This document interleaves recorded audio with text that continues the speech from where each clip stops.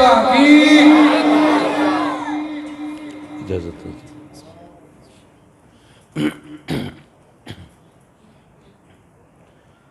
نحمدہ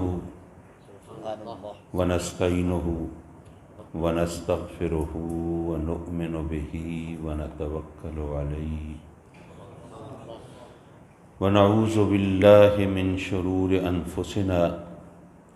ومن سیئات اعمالنا من یہدہ اللہ فلا مضل له ومن یضللہ فلا هادی له ونشهد أن لا إله إلا الله وحده لا شريك له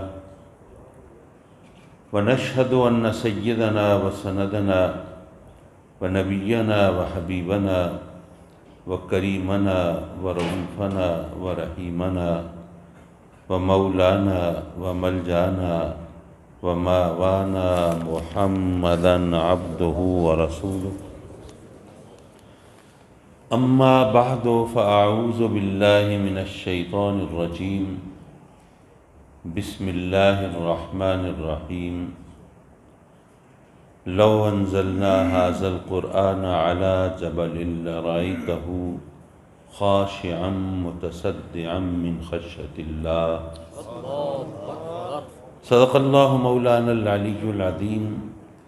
وصدق رسولہ النبی الامین ونحن على ذلك لمن الشاہدین والشاکرین والحمد للہ رب العالمین۔ میر محفل صدر مجلس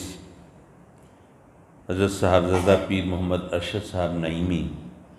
دامت برکاتہم العالیہ، مجھے ایک بات یاد آئی اس موقع پر۔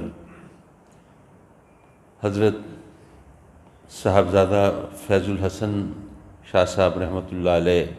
آل محاذ شریف کے وہ محو خطاب ہیں، جامعہ انوار العلوم کا جلسہ ہو رہا ہے، اور وہ اپنے خطاب کے دوران ڈسٹربنس کو، ذرا ہلچل کو بہت ناپسند فرماتے تھے، لیکن اتفاق ایسا ہو رہا تھا کہ ان کی تقریر کے دوران علماء، مشائخ، بزرگ ہستیاں تشریف لا رہی تھیں، اور ان کی آمد سے ظاہر ہے کہ ہلچل مچ رہی تھی۔ تو جو اس محفل کے اس نشست کے جو صدر محترم تھے وہ تشریف لائے، تو ان کو کرسی پیش کی گئی، تو انہوں نے کہا کہ نہیں، میں غزالی زماں کی موجودگی میں کرسی پہ نہیں بیٹھوں گا، وہ نیچے تشریف فرما ہوئے۔ تو جو اسٹیج سیکرٹری تھے تو انہوں نے اعلان کیا کہ جی صدر تو جہاں بھی بیٹھ جائے وہ صدر ہی ہوتا ہے، تو اس لیے کوئی فرق نہیں پڑتا۔ تو چونکہ صاحبزادہ فیض الحسن صاحب سے مائک لے لے کر اعلان کیا جا رہا تھا، تو انہوں نے فرمایا کہ ہاں صدر تو جہاں بیٹھ جائے صدر ہی ہوتا ہے، یہ تو مقرر ہوتا ہے، مائک ہٹ جائے تو مقرر نہیں رہتا، لیکن بہرحال صدر جہاں بھی بیٹھ جائے وہ صدر ہی ہوتا ہے۔ حضرت قبلہ صاحبزادہ ضیاء المصطفیٰ شاہ جمالی دامت برکاتہم العالیہ، حضرت علامہ مختار احمد صاحب صدیقی اور قبلہ علامہ مفتی محمد یونس صاحب قادری، اور آج کی اس محفل کے روح و رواں، اور یوں کہیے کہ دولہا حضرت قاری محمد عمران صاحب عباس چشتی، اور ذی وقار ذی احتشام علماء کرام، مہمانان گرامی اور مکرم و معزز حاضرین محفل، الحمدللہ یہ سفینۃ القریٰ کے اجتماع میں آپ جیسی شخصیات کی جلوہ گری ہے، اور آپ کے سامنے کچھ کہنا یقیناً سورج کو چراغ دکھانے کے مترادف ہے، لیکن چونکہ ہم بچپن سے نسبتوں کا احترام سنتے چلے آئے، کرتے چلے آئے، تو آج اسی حوالے سے الحمدللہ ہم بھی یہ عزت کما رہے ہیں۔ ہم کچھ ہوں نہ ہوں، لیکن ان نسبتوں کا آپ احترام کرتے ہیں، تو اس حوالے سے میں آپ دوستوں کا شکر گزار ہوں۔ رب کائنات اپنے کرم سے ان نسبتوں کا ہمیں صحیح فیض اور فائدہ عطا فرمائے، اور ہمیں اپنے بزرگوں کے لیے باعث فخر تو نہیں بنا سکتا، کم از کم باعث شرم نہ بنائے۔ حضرات مکرم، جہاں تک قرآن مجید کی ترتیل کا اور تجوید کا تعلق ہے، میں اب ان شخصیات کے سامنے اس حوالے سے کچھ لب کشائی کروں تو یقیناً وہ نامناسب ہوگا۔ مجھے کچھ اپنے انداز سے قرآن کی عظمت اور صاحب قرآن جس طرح جب میں آیا تو اسی وقت اسی انداز سے نعرہ لگا تھا، تو اس پس منظر میں چند گزارشات پیش کرنے کی سعادت حاصل کروں گا۔ یونیورسٹی کے کچھ اسٹوڈنٹس آئے میرے پاس، کہنے لگے کہ حضرت بات یہ ہے کہ ہم قرآن مجید کو کلام الہی مانتے ہیں اور ہم مسلمان ہیں، یہ ہمارا ظاہر ہے، اگر نہیں مانیں گے تو ہم مسلمان ہی نہیں ہو سکتے، لیکن ہم آپ سے یہ سوال اس لیے کرتے ہیں کہ ہمیں اندیشہ نہیں ہوتا کہ فوراً کوئی فتویٰ لگ جائے گا، تو آپ ذرا تھوڑا سا ہاتھ ہلکا رکھیں گے اور ذرا سمجھانے کی کوشش کریں گے۔ تو ہمیں یہ سمجھا دیجئے کہ ہم بچپن سے سنتے چلے آئے کہ قرآن اللہ کا کلام ہے، اور اس کی دلیل یہ کہ یہ تو وہ فصاحت و بلاغت کا شاہکار ہے کہ عرب جن کو اپنی زبان دانی پہ ناز تھا اور کلام و بیان کی روانی پر غرور کی حد تک فخر تھا، اور جو باقی تمام دنیا کو عجم یعنی گنگا کہتے تھے کہ زبان کی لذاقتیں، نفاستیں اور باریکیاں تو ہم ہی جانتے ہیں، تو وہ بڑے بڑے فصیح الکلام اور قادر اللسان، وہ ادیب اور شاعر، وہ سب جب قرآن ان کے سامنے آتا تھا تو انہیں اپنی عاجزی کا اقرار کرنا ہی پڑتا تھا، اور اپنی تہی دامنی کا اعتراف کیے بنا کوئی صورت نہیں ہوتی تھی، اور ان کو کہنا پڑتا تھا کہ یہ کسی انسان کا کلام نہیں۔ تو یہ فصاحت و بلاغت کے اس معیار پہ ہے کہ جس کی نظیر لانا ممکن نہیں، تو اس لیے ہم اسے اللہ کا کلام مانتے ہیں۔ تو انہوں نے کہا کہ جی یہ دلیل اپنی جگہ سرآنکھوں پر، لیکن یہ فرمائیے کہ اگر عربی زبان میں قرآن کی مثال لانا ممکن نہیں، تو ہر زبان میں کوئی نہ کوئی شاہکار ایسا ہوتا ہے جس کی مثال کہی جاتی ہے کہ ممکن نہیں ہے۔ جیسے اگر آپ کو انگریزی زبان سے شغف ہو تو آپ سوچ سکتے ہیں کہ جو شیکسپیئر ہے اس کا جو ورک ہے اس کے بارے میں کہا جاتا ہے کہ اس کی مثال لانا انگریزی زبان میں ممکن نہیں، تو کیا اس بنیاد پر کیا شیکسپیئر کے ورک کو بھی منزل من اللہ مانا جا سکتا ہے؟ یونانی زبان میں ہومرز اوڈیسی کہا جاتا ہے کہ اس کی نظیر بھی لانا ممکن نہیں، تو اسی حوالے سے کیا اس کو بھی کلام الہی تصور کیا جا سکتا ہے؟ آپ جانتے ہیں کہ فارسی زبان میں جو مثنوی شریف ہے اس کو تو فارسی زبان کا قرآن کہتے ہیں اسی وجہ سے، تو کیا اس کو بھی اللہ کا کلام ہم تسلیم کر سکتے ہیں؟ خود اردو زبان میں کہا جاتا ہے کہ کلام غالب کی مثال ممکن نہیں ہے، تو کیا اسی وجہ سے اس کو بھی ہم یہ الہامی کتاب کا درجہ دے سکتے ہیں؟ اور اگر نہیں تو پھر اسی بنیاد پر قرآن کو اللہ کا کلام ماننا، کیا اس کی کیا جسٹیفیکیشن ہے، کیا جواز ہے؟ ہم کیسے یہ مان سکتے ہیں؟ میں نے ان سے کہا کہ دیکھیے بات یہ ہے کہ مثلا شیکسپیئر سے شروع ہوتے ہیں، اس کو گزرے ہوئے تقریباً 435 برس گزر چکے ہیں۔ اب 435 برس کے بعد آج خود انگریز بھی شیکسپیئر کا کام نہیں سمجھ سکتے جب تک کہ وہ باقاعدہ کسی کے سامنے زانویہ تلمس طے نہ کریں، یونیورسٹی میں ایڈمیشن نہ لیں، ڈکشنریوں کو نہ کھنگالیں، جب تک وہ ہیلپنگ بک سے مدد نہ لیں، وہ شیکسپیئر کو نہیں سمجھ سکتے، خود انگریز جن کی مادری زبان انگریزی ہے۔ اگر بات کی جائے، کیونکہ اس میں اتنے بے شمار الفاظ آبسولیٹ ہو گئے، متروک ہو گئے، فرسودہ ہو گئے، اور وہ اب سمجھ نہیں آتے، تو اس لیے اب وہ اجنبی زبان ہو گئی۔ غالب کو گزرے تو اتنا زیادہ عرصہ نہیں گزرا، کوئی 125 سال گزرے ہیں، لیکن کلام غالب اٹھائیں تو اس میں آپ کو 20 الفاظ ایسے مل جائیں گے جو آج ہمیں اجنبی محسوس ہوتے ہیں، ان کا پتہ نہیں چلتا ان کا مطلب کیا ہے، ذرا پوچھنا پڑتا ہے، دیکھنا پڑتا ہے، لغت کھنگالنی پڑتی ہے۔ اسی طرح دنیا کا کوئی بھی کتاب اٹھا لیجئے، اس پہ 100-200 سال گزریں تو وہ زبان پرانی ہو جاتی ہے، بوسیدہ ہو جاتی ہے۔ اردو کی شاعری میں اگر آپ دیکھیں تو سب سے پہلا شاعر ولی دکنی کہلاتا ہے۔ آپ میں اگر کوئی شعر و ادب کے اگر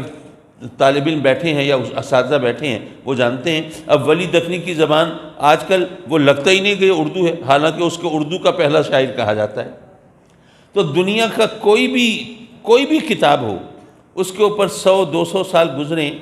وہ اس کے الفاظ متروک ہو جاتے ہیں، بوسیدہ ہو جاتے ہیں، فرسودہ ہو جاتے ہیں اور لوگوں کے لیے ناقابل فہم ہو جاتے ہیں۔ لیکن قرآن کو نازل ہوئے کتنا عرصہ گزر گیا؟ 1500 سال گزر گئے۔ 1500 سال کے بعد بھی آج بھی قرآن کا کوئی ایک لفظ ایسا دکھاؤ جس کے بارے میں کہنا یہ ہو کہ جی اب یہ آج کی دنیا کے اندر یہ بوسیدہ، فرسودہ اور متروک ہو گیا ہے، آج ہمیں سمجھ نہیں آتا اس کا مطلب کیا ہے۔ تو وہ کتاب جس پر صدیاں گزر جائیں اور اس پر، اس کی شگفتگی پر، اس کی تازگی پر کوئی اثر نہ پڑے، وہ انسان کا کلام تو نہیں ہو سکتا۔ اسی بات کو ایک دوسرے انداز سے سمجھیے۔ آپ میں زیادہ تر لوگ میرا خیال ہے کہ پنجابی بولنے والے ہوں گے، کچھ ہو سکتا ہے سرائکی بولنے والے بھی ہوں، کچھ اردو بولنے والے بھی ہو سکتے ہیں، کچھ انگریزی لٹریچر سے شغف رکھنے والے بھی ہو سکتے ہیں۔ میں انہی زبانوں کی مثالیں دے کے بات سمجھا دیتا ہوں۔ اگر آپ پنجابی بولنے والے ہیں تو میرا آپ سے سوال ہے کہ لاہور کی پنجابی اور پنڈی کی پنجابی میں کچھ فرق ہے کہ نہیں ہے؟ اور سرگودھا کی پنجابی وہ اور مختلف ہے، اور امرتسر کی پنجابی وہ اور زیادہ مختلف ہے۔ اسی طرح اگر آپ سرائکی بولنے والے ہیں تو جو ریاست بہاولپور کی سرائکی ہے وہ اور ہے، ڈی جی خان کی سرائکی کچھ اور ہے، ملتان کی ملتانی سرائکی وہ کچھ اور ہے، اور جھنگ کی جناتی سرائکی وہ کچھ اور ہے۔ اگر آپ کا اردو سے شغف ہے تو دلی کی اردو کچھ اور ہے، لکھنؤ کی اور ہے، حیدرآباد دکن کی اور ہے، اور پنجاب کی اور ہے۔ اگر آپ انگلش سے تعلق رکھتے ہیں تو برٹش انگلش، انگلینڈ کی جو انگلش ہے وہ کچھ اور ہے، امریکن انگلش کچھ اور ہے، on the other side of the globe Australia اور نیوزی لینڈ کی انگلش اور مختلف ہو جاتی ہے۔ تو یارو دنیا کی کوئی بھی زبان لے لیجئے، اس پہ 100-200 میل گزرے ہیں تو زبان کا مزاج بدل جاتا ہے۔ ایک علاقے کے اندر وہ جس انداز سے سمجھی جاتی ہے، دوسرے علاقے میں اس کا وہ مفہوم اور وہ مطلب نہیں ہوتا، وہ کسی اور انداز سے سمجھی جاتی ہے۔ لیکن ذرا اس وسیع دنیا کا تصور کیجئے جہاں عربی زبان بولی جاتی ہے، سارے افریقہ میں عربی زبان بولی جاتی ہے، ہزاروں میل کا فاصلہ ہے ان ممالک میں، لیکن قرآن کا کوئی ایک لفظ تو ایسا دکھائیے جو ایک علاقے میں کسی اور انداز سے سمجھا جاتا ہو اور دوسرے علاقے میں اس کا مفہوم کچھ اور لیا جاتا ہو۔ تو وہ کتاب جس پر نہ تو وقت اثر انداز ہو سکے، نہ فاصلے اثر انداز ہو سکیں، ظاہر ہے کہ وہ انسان کا کلام نہیں ہو سکتا، وہ تو اللہ ہی کا کلام ہے۔ تو یہ ماننا پڑے گا کہ یہ قرآن کلام الہی ہے۔ حضرات مکرم، اور یہاں پر ایک بات اور بھی عرض کرتا چلوں، دیکھیے رب کائنات نے اپنے بندوں کی ہدایت کے لیے انبیاء کرام علیہم السلام کو مبعوث فرمایا۔ اچھا، وہ اگر چاہتا تو ہر ایک کو ڈائریکٹ ہدایت بھی دے سکتا تھا، اس کے لیے کوئی مسئلہ تو نہیں تھا، کوئی فنڈز کی فراہمی بھی اس کے لیے کوئی مشکل ایشو نہیں تھی، اور کوئی مین پاور بھی اس کے لیے کوئی کمی کا کوئی معاملہ نہیں تھا، وہ جو چاہے سو کرے۔ تو ایک عام آدمی یہ سوچتا ہے کہ اگر وہ ہم سب کو ڈائریکٹ ہدایت دے دیتا تو کتنا اچھا ہوتا، نہ یہ فتوے ہوتے، نہ مناظرے ہوتے، نہ مباہلے ہوتے، نہ ایک دوسرے کے گریبانوں میں ہاتھ ہوتے، نہ ایک دوسرے کے خلاف کتابیں لکھی جاتی، نہ اجتماعات ہوتے، نہ تخریب کاری ہوتی، نہ دہشت گردی ہوتی، نہ فساد ہوتا، سب سیدھے سچے راستے پر ہوتے، کتنا اچھا ہوتا۔ لیکن میں عرض کروں گا کہ یہ سطحی سوچ ہے، اگر آپ غور فرمائیں تو یہ بھی اس کا کرم ہے کہ اس نے ہمیں ڈائریکٹ ہدایت نہیں دی۔ وہ کیسے؟ دیکھیے، پہلی بات تو یہ ہے کہ انسان کے بارے میں کہتے ہیں کہ مین از اے سوشل اینیمل، انسان ایک معاشرتی جانور ہے۔ باقی جو جانور ہیں وہ شہر تو نہیں بساتے، بستیاں تو آباد نہیں کرتے، مل جل کر تو نہیں رہتے، کسی معاشرے کی تشکیل تو نہیں دیتے،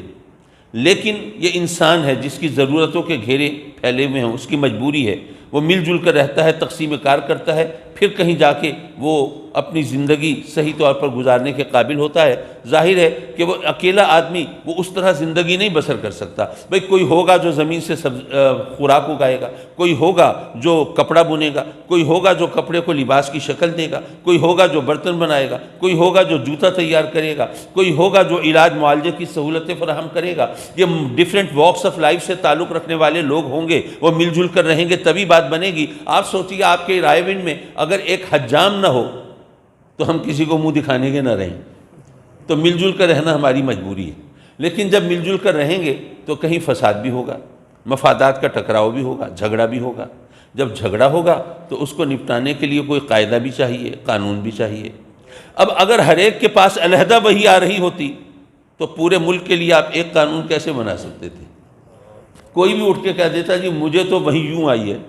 اب آپ کے پاس کیا معیار تھا، کیسے اس کی تردید کرتے؟ دوسرے انداز سے سمجھ لیجئے، دیکھیے ہم اپنا حال تو خود جانتے ہیں نا، کسی اور سے پوچھنے کی ضرورت تو نہیں۔ اپنے گریبان میں خود جھانک کر دیکھیں اور اپنے آپ سے سوال کریں کہ اگر ہماری پاس اللہ کی طرف سے ڈائریکٹ وحی آ رہی ہوتی اور کوئی حکم ایسا آتا جو ہماری پسند کے خلاف ہوتا، مرضی کے خلاف ہوتا، جس میں ہمیں بظاہر اپنا نقصان دکھائی دے رہا ہوتا، کیا ہم سب مان لیتے اس حکم کو؟ کچھ لوگ مان بھی لیتے، لیکن بہت سے وہ بھی ہوتے جو اس میں اپنی مرضی چلانے کی کوشش کرتے، وہ ڈنڈی مارتے، چکر چلاتے۔ اس کو ایک مثال کے ذریعے سمجھ لیجئے، جب میرے آقا کریم حضور علیہ السلام مدینہ المنورہ میں جلوہ فگن ہیں اور شراب کی حرمت کی آیت نازل ہوتی ہے، اب ذرا غور کیجئے، وہ عرب لوگ ہیں، شراب ان کی گھٹی میں پڑی ہے، مہمان نوازی کے لیے شراب پیش کرنا یہ ان کی ثقافت اور ان کی روایات کے اندر شامل ہے۔ اب وہاں پر آیہ کریمہ نازل ہوتی ہے کہ شراب تم پر حرام کر دی گئی ہے، تو وہ منظر چشم فلک نے کب دیکھا ہوگا کہ مدینے کی نالیوں میں شراب بہہ رہی ہے۔ حضرات مکرم کسی نے شراب بچا کر اور چھپا کر رکھنے کی کوشش نہیں کی، یہ بھی نہیں سوچا کہ یار اتنی قیمتی چیز ہے، چلو حرام ہو گئی ہم نہیں پئیں گے، چلو کسی کے ہاتھ بیچ دیں گے، نہیں، بلکہ نالیوں میں شراب بہہ رہی ہے۔ لیکن آج سوچئے ہم مسلمان ہیں، ہمیں پتہ ہے نا شراب حرام ہے، لیکن بھٹیاں چلانے والے کون ہیں؟ شراب پینے پلانے والے کون ہیں؟ اور اس سے نفع کمانے والے کون ہیں؟ تو حضرات مکرم ہمیں سب کچھ معلوم ہوتا ہے تب بھی ہم اپنی منمانی کرتے ہیں۔ چلیے ابھی تو ہمیں احکام ملتے ہیں انبیاء کرام علیہ السلام کے ذریعے، تو چلیے ہم سے کہیں کوتاہی ہو، غلطی ہو، ہم کہیں گناہ کر بیٹھیں، روگردانی کر بیٹھیں اللہ کے احکام سے، تو ہم پر در توبہ کھلا ہے، ہم جائیں معافی مانگیں اور اپنی خطاؤں کا اقرار کر کے اس کے دریائے رحمت کو جوش دلائیں، وہ کرم فرما دیتا ہے۔ لیکن اگر ہم سب کے طرف ڈائریکٹ وحی آ رہی ہوتی اور پھر ہم نافرمانی کرتے، کیا پھر بھی ہماری توبہ قبول ہو جاتی؟ کیا پھر بھی معافی مل جاتی؟ پھر تو ہم سب سزا بھگت رہے ہوتے۔ تو یہ اللہ کا کرم ہوا نا، اس نے ہمیں ڈائریکٹ ہدایت نہیں دی۔ حضرات مکرم ہماری ہدایت کے لیے اس نے انبیاء کرام علیہ السلام کو مبعوث فرمایا۔ اب میرے آقا کریم حضور علیہ السلام کی تشریف آوری کے بعد اب در نبوت بند ہو گیا۔ اب در نبوت تو بند ہو گیا، کوئی نبی تو نہیں آئے گا، لیکن کیا اب ہمیں ہدایت کی ضرورت نہیں ہے؟ ہدایت کی ضرورت تو اب بھی ہے، لیکن نبی نہیں آئے گا۔ تو کیوں نہیں آئے گا جب ہدایت کی ضرورت ہے؟ اس کو ایک مثال کے ذریعے سمجھ لیجئے۔ فرض کیجئے آپ کو رب کائنات نے فرزند عطا فرمایا، ماشاءاللہ منت و مرادوں کا بچہ تھا، سال بھر کا ہوا تو آپ نے کہا ارمان نکالیں گے، اس کی سالگرہ سیلیبریٹ کریں گے، تو جناب اس کے لیے بڑا شاندار کپڑا آپ نے خریدا اور بڑے ماہر فن درزی سے اس کی سٹیچنگ کرائی، اور جناب اس کے لیے سالگرہ کے لیے لذت کام و دہن کا بھی خوب بہترین سامان کیا، بڑی اچھی ڈشیں تیار کروائیں، بڑا شاندار فنکشن ہو گیا، بچے نے جو لباس پہنا تھا وہ بھی بہت شاندار تھا۔ اب جناب وہ وقت تو گزر گیا اور وقت کچھ اور بھی گزر گیا، اگلا سال آ گیا، لیکن اس سال کے اندر جو مہنگائی کا طوفان آیا اور جو حالات خراب ہوئے، کبھی کورونا لاک ڈاؤن کی وجہ سے، کبھی کسی اور مجبوری کے باعث، کبھی پیٹرولیم کی قیمتیں چڑھنے کی وجہ سے، اب پسلی جواب دے گئی، اب ہمت نہیں رہی، اب پریشان بھی ہیں، افسوس بھی کر رہے ہیں، پہلی سالگرہ تو اتنی اچھی منائی تھی، اب دوسری سالگرہ آئی، اب کیا کریں؟ آپ کی بیگم نے آپ کو افسردہ دیکھا، غمگین دیکھا تو تسلی دی، آپ فکر نہ کریں۔ بات یہ ہے کہ بچے کا لباس تو وہ تو پارٹی ڈریس تھا نا، روز مرہ پہننے کا تو نہیں تھا، تو میں نے سنبھال کے رکھ دیا تھا، کہیں آنے جانے کے کام آئے گا، تو اس کو کوئی دھبا نہیں لگا، داغ نہیں لگا، میلا نہیں ہوا، بوسیدہ بھی نہیں ہوا، کہیں پھٹا پرانا بھی نہیں ہوا، تو وہ تو اسی طرح نیا نکور رکھا ہے، اس کی تو فکر نہیں، کپڑے پر کوئی خرچہ نہیں ہونا۔ اب جو ڈشیں ہیں وہ ذرا کم کر دیجئے، ذرا سادگی سے کر لیجئے، اللہ کا کرم ہو جائے گا، ٹھیک ہو جائے گا۔ چلیے آپ کی جان میں جان آئی، آپ نے کہا چلو ٹھیک ہے، اب ذرا ارینجمنٹ کرتے ہیں، انتظامات کرتے ہیں سالگرہ کے۔ اب آپ نے کہا کہ بھی بچے کو ذرا لباس بھی پہنا لو، اب جو کپڑے نکال کے اس کو پہنانا چاہے وہ بچے کو آتے ہی نہیں۔ لباس تو خراب نہیں ہوا، وہ میلا بھی نہیں ہوا، داغ دھبے بھی نہیں لگے، پھٹا بھی نہیں، بوسیدہ بھی نہیں، پرانا بھی نہیں، لیکن دراصل بچہ بڑا ہو گیا نا، اب اس کو آتا ہی نہیں۔ یارو اسی طرح عقل انسانی اور شعور آدمیت وہ ارتقائی مراحل سے گزر رہا تھا، پروان چڑھ رہا تھا، تو جیسے جیسے جس مرحلے پہ آیا، رب کائنات نے اس کے قد کاٹ کے حساب سے اس کو شریعت کے لباس عطا فرمایا۔ وہ احکام جو آتے رہے مختلف انبیاء کے ذریعے، لوگ کہتے ہیں نا جی باقی پہلی جو شریعتیں تھیں وہ بھی تو اللہ نے کی طرف سے احکام ہے نا، تو ان کے اندر کیا خرابی تھی؟ ظاہر ہے اگر اس میں کہیں کہ کوئی خرابی ہے تو یہ خرابی تو معاذ اللہ کی طرف جائے گی نا،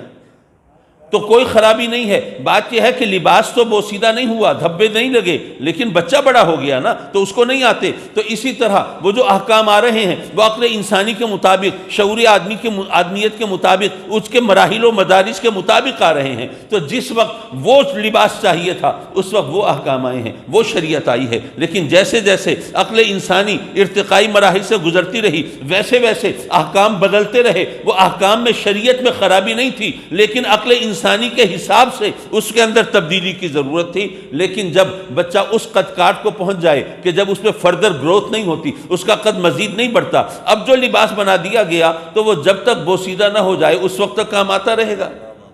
تو عقل انسانی بھی جب اپنی انتہا کو پہنچ گئی، اب اس کو وہ شریعت دے دی گئی کہ اب اس کے اندر ترمیم و اضافے کی ضرورت نہیں ہے۔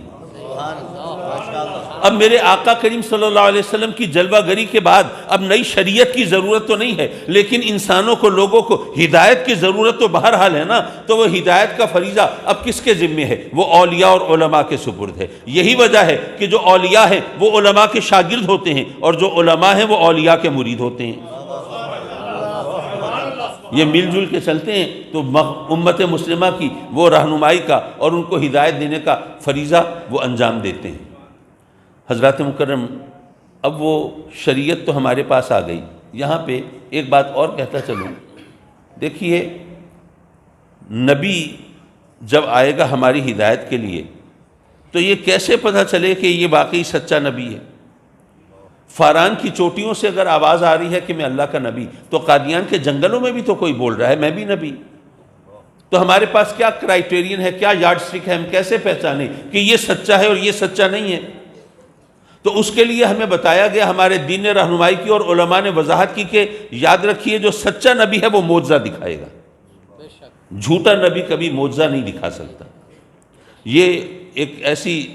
دین کا اصول ہے، علماء جانتے ہیں، اس کی وضاحت کی ضرورت نہیں ہے۔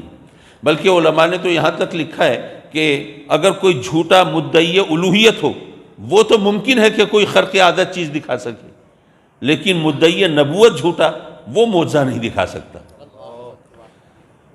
حضرات مکرم،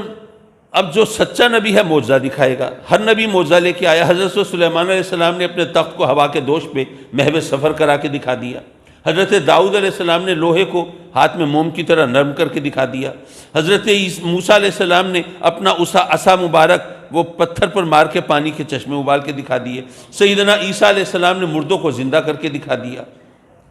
اب میرے آقا کریم حضور علیہ السلام کو بھی بے شمار معجزے ملے، پتھروں سے کلمہ بھی پڑھایا ہے، جانوروں سے سجدے بھی کرائے ہیں، درختوں کو اپنی بارگاہ میں بھی بلایا ہے، پانی کو اپنی مقدس انگلیوں سے جاری بھی فرمایا ہے، اور بادلوں کو پھاڑ کے بھی دکھایا ہے، چاند کے 2 ٹکڑے بھی کیے ہیں، سورج کو الٹے پاؤں بھی پھرایا ہے۔ لیکن علماء نے ہمیں بتایا کہ یاد رکھیے میرے آقا کریم صلی اللہ علیہ وسلم کا جو سب سے بڑا معجزہ ہے وہ قرآن ہے۔ اچھا، میں سوچنے لگا کہ یہ بات کچھ عجیب سی ہے۔ قرآن ہم مانتے ہیں، مسلمان ہیں نا، مانتے ہیں معجزہ ہے، لیکن قرآن کی معجزانہ شان منوانی پڑتی ہے۔ کسی سے منوانا ہو تو اس کے لیے دلیلیں دینی پڑتی ہیں، ثبوت پیش کرنے پڑتے ہیں، جیسے میں ابھی عرض کر رہا تھا آپ کی خدمت میں۔ لیکن اگر اس کے مقابلے میں یہ کہا جاتا کہ سب سے بڑا معجزہ ہے چاند کے 2 ٹکڑے کرنا، تو اس کے لیے تو کوئی دلیل نہیں چاہیے تھی، ہر ایک مانتا ہے چاند کو 2 ٹکڑے کرنا کوئی چھوٹا معجزہ تو نہیں ہے۔ یا سورج کو الٹے پاؤں چلانا، ہم کہتے جی سب سے بڑا معجزہ یہ ہے، تو یہ بڑا آسان تھا یہ بات منوانا۔ لیکن قرآن کو سب سے بڑا معجزہ قرار دیا گیا، یہ بات کچھ سمجھ میں نہیں آئی۔ یہ معجزانہ شان منوانی پڑتی ہے، دلیلیں دینی پڑتی ہیں، ثبوت فراہم کرنے پڑتے ہیں، اور پھر بھی کوئی مانے تو سبحان اللہ، نہ مانے تو کیا کر سکتے ہیں۔ تو قرآن سب سے بڑا معجزہ کیوں ہے؟ صرف یہ بات اور ایک نصیحت، اور پھر آپ سے اجازت۔ اور ویسے بھی جب گھڑی دیکھتا ہوں تو آپ کی نسبت میرا دل ڈوبنے لگتا ہے، مجھے تو ملتان پہنچنا ہے صحیح۔ حضرات مکرم، بات یہ ہے کہ تمام انبیاء جس علاقے، جس قوم اور جس زمانے کے لیے نبی بن کے آئے، اس علاقے، اس قوم اور اس زمانے کے لوگوں نے ان کے معجزوں کو بچش میں خود ملاحظہ کیا، اپنی آنکھوں سے دیکھا۔ وہ ان کے سامنے تھے معجزے، چھپے ہوئے نہیں تھے، وہ سر عام تھے۔ وہ ہوا میں تخت اڑ رہا تھا نا، ساری دنیا دیکھتی تھی۔ مردوں کو زندہ کر کیا تو ظاہر ہے کہ وہ کسی ایک جگہ چھپ کے تو نہیں کیا۔ وہ تمام معجزے لوگوں کے سامنے ہوتے تھے، جن کے نصیب میں ایمان ہوتا تھا وہ کلمہ پڑھ لیتے تھے، اور جن کے دلوں پہ مہریں ہوتی تھی وہ محروم رہ جاتے تھے۔ لیکن بہرحال وہ انبیاء کرام جس علاقے، جس زمانے، جس قوم کے لیے نبی بن کے آئے، اس علاقے، اس زمانے، اس قوم کے لوگوں نے ان معجزوں کو دیکھا، بچش میں خود ملاحظہ کیا۔ لیکن کیا آج حضرت عیسیٰ علیہ السلام نے جن مردوں کو زندہ کیا تھا ان میں سے کسی کا عطا پتہ آپ کے موبائل میں محفوظ ہے؟ نہیں۔ حضرت موسیٰ علیہ السلام نے جو پانی کے چشمے ابالے تھے، اس جگہ کی کچھ خیر خبر ہے آپ کو؟ ذرا پکنک منانے چلیں ہم وہاں ڈے آؤٹ کے لیے۔ نہیں۔ جتنے بھی انبیاء تشریف لائے وہ معجزے لے کے آئے، ان میں سے کوئی معجزہ بھی آج موجود نہیں ہے۔ ہاں ٹھیک ہے، جب وہ تشریف لائے تھے اس زمانے، اس قوم اور اس علاقے کے لیے جس کے لیے وہ نبی تھے، اس وقت وہ سب کے سامنے تھے۔ میرے آقا کریم صلی اللہ علیہ وسلم نے بے شمار معجزے دکھائے، لیکن ظاہر ہے کہ وہ کلمہ پڑھتے ہوئے پتھر ہمارے سامنے آج نہیں ہیں، سجدہ کرتے ہوئے جانور آج ہمارے سامنے نہیں ہیں، وہ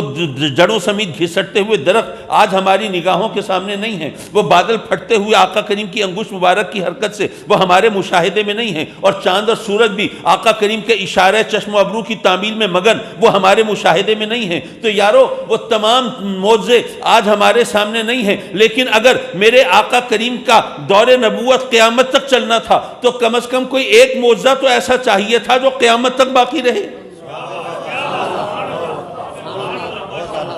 اور وہ معجزہ قرآن کی صورت میں ہمارے سامنے۔